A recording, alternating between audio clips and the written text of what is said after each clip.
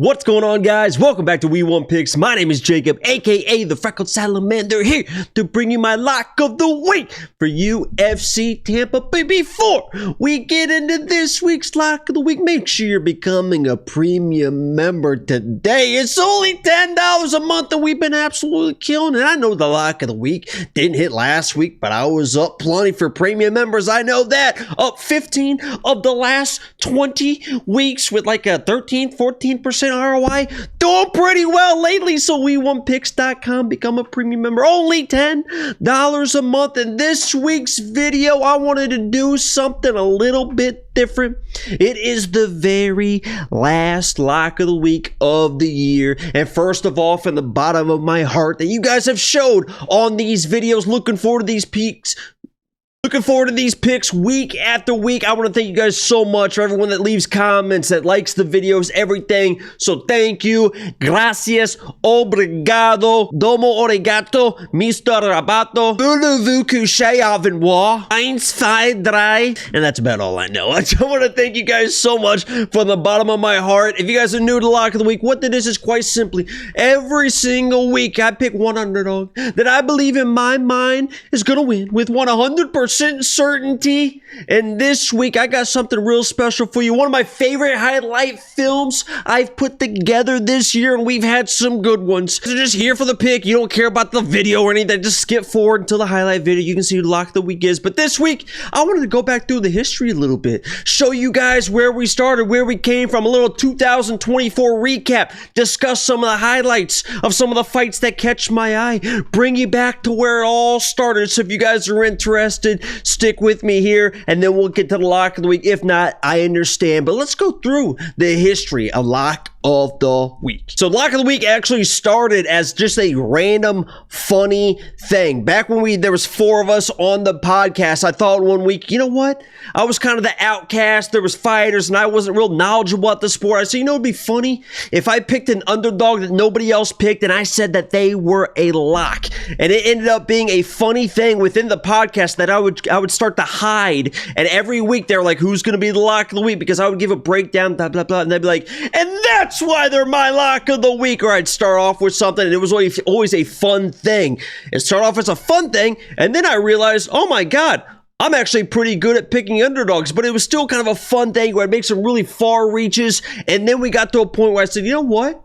I'm doing so well with this. Let's start tracking the lock of the week. And that is what I'm going to show you here today. So here you have the very first tracked lock of the week. So what I want to say between the tracked and the regular is I know who the very first lock of the weeks are. The very first ever lock of the week was Antonio Carlos Jr., the PFL champion. Antonio Carlos Jr. He actually lost that fight. He was the very first lock of the week. The very first lock of the week winner was Clay Guida all the way back in 2021 versus, happens to be Michael Johnson, who is on this card for UFC Tampa. So the very first ever was Antonio Carlos Jr. The very first fighter ever to win as an underdog lock of the week was Clay Guida all the way back in 2021. But once we started tracking, this is how we started the lock of the week. Obviously, Ryan Hall is always and forever going to be lock of the week. So you're going to see underdogs here, but if you see the favorites pop up every once in a while, that's because they're always going to be lock of the week. So as you can see, we start off with 4 in a row. Genaro Valdez, I can't remember who he lost to. We have Sexy Mex in here. It's always funny seeing some of these names popping up and you're like, oh my God, I can't believe that person was an underdog. But here they are. Joel Alvarez, I believe this was my lock of the week versus Armin. He ended up losing that fight. Me and Angelo were very back and forth on that. Arnold Allen on there. Luis Saldana. Obviously, we had some, Kay Hansen, Mickey Gall. This was a rough stretch here.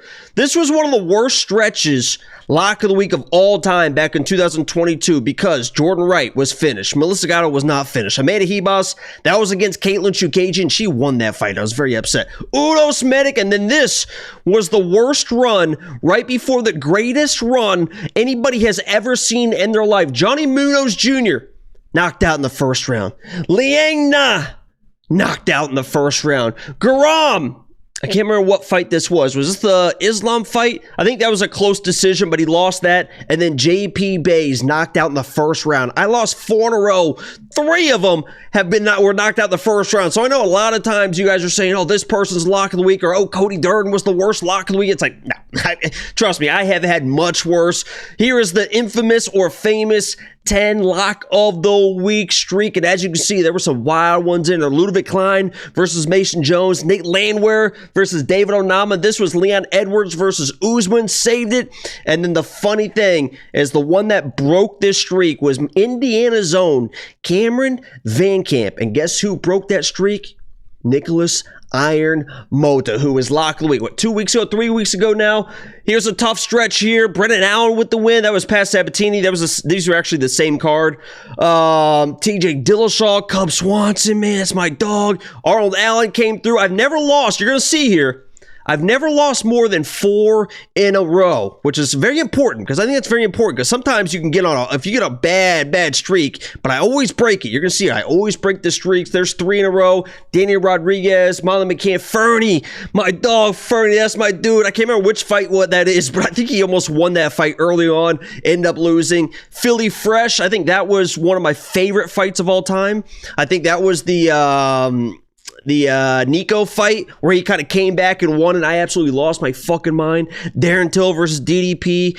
Damir Ismagulov, was that against Grant Dawson? I can't remember which one that was.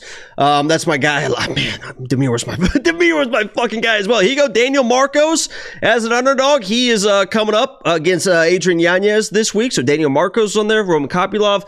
This one was a tough stretch. Jekka sticking his tongue out. If you guys remember that, doing the whole fate, I was like, oh, we're fucked. He ended up losing that fight. Evan Elder, he was dominating this fight versus Naimov. Got a cut. And that was the infamous, we hate Chris. I think that was Chris Tyloney at that point. Stopped the fight. The fight was called after he was up 2-0 on all the scorecards. Very upset. I was actually at this one. Cuban Missile Crisis got just out volume and TKO'd by Marc-Andre Barriou.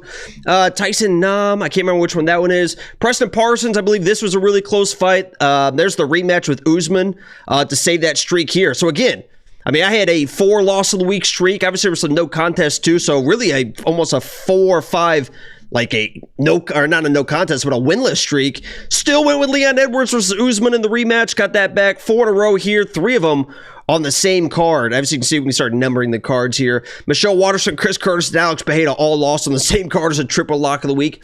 Not very fun. That was not a very fun card. Michelle was a close one. Chris Curtis really was. I can't remember. Here's a nice streak here. Denise Gomes, William Gomez. There's Cody Durden. I think that was against Charles Johnson. Matt Fravola. That was the Drew Dober one. Pete Rodriguez missed weight, so he switched it to Johnny Walker, who was a slight dog. Then Temba. You see a lot of names here you recognize that I knew that they were good before they were good, and now we went away from them and we are working out. Muin Gafurov. This was a tough one here. I had the Hibachi parlay, which a lot of people copied. Hibachi parlay. Ricci won the first leg, and then Amanda lost to Macy Barber in that main event. Max Griffin, that was a close one against Michael Morales. Again, all these I'm just like off the top of my head remembering. Like Angelo could never do this shit. I'm just seeing names and remembering what fights they were. Max Griffin, that was the Michael Morales. Yair was, I think, the Ortega fight, if I'm not mistaken. Estella, she broke her arm. That was rough. And then we have Paul Craig with the big win against Andre Muniz. Alex Bejeda's back on there. Isaac Dolgarian was one of my favorite ones of all time. Ripped out against fucking the fire marshal, whatever. I ripped my shirt on stream for that one. That was a lot of fun. Sean O'Malley versus Aljo. Billy Goff with the big, I think that was the body shot on an early card. Cheppy, that was against Jack Jenkins. Tim Means versus, I think, Fiallo. Alex Marone, Irene Yanez. This was against Font, so Adrian's got a chance to redeem himself if he was lock of the week this week. Naimov, Cowie, Diego, Joe Anderson, and here we go. 2024. If you guys are still with me, make sure you like the video if you're interested in this trip down memory lane. 2024, because I want to stress how close I was to having an even better year than we have already. If we win this week, which I think we will, what is that? I think my numbers are a 35% ROI. You can't see it on the screen, but I'm reading it. A 56% pick rate, up for over 14 units with a 35 ROI. If you put 1 unit on lock of the week every single week, my average odds on lock of the week is a plus 156 fighter, which means they have a 39% probability to win the fight. Yet I'm picking them at 56%, 23 wins, 18 losses, and 41 total fights with a no contest thrown in there. So or a draw or what? I guess there's no contest, doesn't really count. But so here's 2024. And let's focus on some of these fights. We start off with Jim Miller, Garrett Armfield. This was the one that the eye poke no contest. Bogdan. Now listen to this. Paulo Costa, he had that head kick against Robert Whitaker. Almost could have finished that fight. Christian Quiones was like minus 1,000 live odds going into the third round. Gets what, submitted or something like crazy like that. Bernardo Silva was fucking dominating that fight and then lost to Vinicius.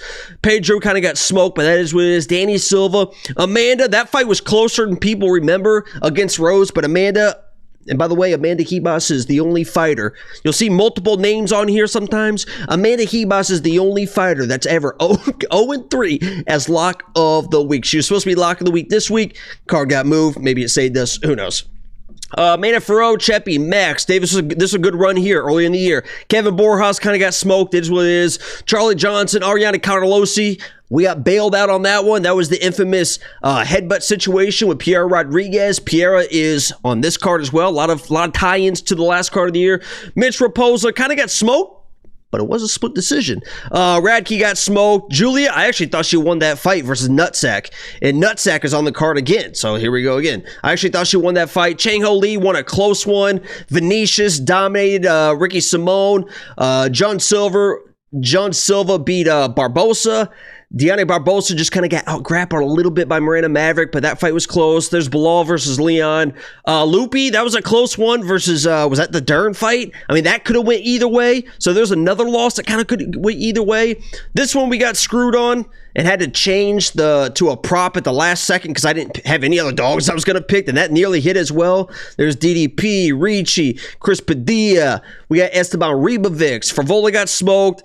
That was kind of a screw job with Aldo. So you can see there's a lot of these L's that could be W's, and then it gets crazy. There's Sabatini, Darren Elkins, Armin Petrosian got smoked, Amir got smoked, Albazi. We took a risk on that one. That one was, I mean, that was kind of close. And then we got Mora. We had Nicholas Moto. And last week, we had Cody fucking Durden. So I hope you guys enjoyed that trip down memory lane. If you did, leave a comment who you think your favorite lock of the week of all time was. Who do you think the worst lock of the week of all time was? Again, thank you from the bottom of my heart for all the support in 2024. I promise I'm going to be even better in 2025. There's no doubt about that. All those close fights, we're going to figure those out, and we're going to fucking smoke them even worse than we already smoked them this year in 2025. But without further ado, let's end this year with a fucking bang. This was one of my favorite highlight tapes I put together this year. So make sure you like the video. The lock of the week to end 2024 for UFC Tampa is none other than... Whoa! It's a hard left. He's out. That's it. He's hurt. And then the head kick. Holy smokes! Adrian Yanez does it again. Setting big right. Salvador's down. That's it. I mean, he's setting up the knockout. Now. He's trying to shut up, and he's about out of there. You're right. This is it. Yanez puts him down. Oh my God! Choked him right there. First round knockout for Adrian Yanez. Whoa. You know why they made sidewalks? Why? Because the motherfucking streets ain't for everybody. Safe to say I'm the biggest, the largest. Been stepping up shit since my mama stayed in them apartments. Regardless, my daddy told me keep the heat even when I'm in foreigns. I'm heartless, cause these niggas is hating on me just because I'm the biggest. the largest, the biggest, the largest. 30K on my riches for hard times. These niggas just mad cause they bitchin' my archives. Jordan came back, so the 4-5. If you play, then you lay right there by your own kind. Pull up a 4 in a loco. Tell them run this bitch back like so-so. Got this rap shit here in the chokehold. Did a show out in Austin, shout out to Bobo. Moved out the trenches, now look how we live. Turn my BM to furnish the crib. Walk out the mall with some shoes for the kids. Deposit the checks from my bank full of M's. Paid up my rent, now I'm up for the year. The view look crazy from here. What I paid for some dogs could've bought me veneers. Texas piece on my neck could've bought your career. Safe to say I'm the biggest, the largest. Been stepping up shit since my mama stayed in them apartments. Regardless, my daddy told me keep the heat even when I'm in foreigns. I'm heartless, cause these niggas is hating on me just because I'm the biggest, the largest, the biggest, the largest. Stuffing Cali blood weed in the blunt. Let my little brother roll him a Dutch. My little boy get whatever he want. Madam T don't be asking for much. Pouring lean on the nuggets and runch. Spill the rest of that drink in a punch. Left wrist on some I had to stunt. Right wrist, I just did it because 611. Everybody wants to be a lion when there's no lions around. You can be a lion in the company of hyenas. When you're facing another lion, now we're gonna see what you're really working with. Everybody's a soldier when there's no wars going on. But when a war happens, now we're gonna see what you made of.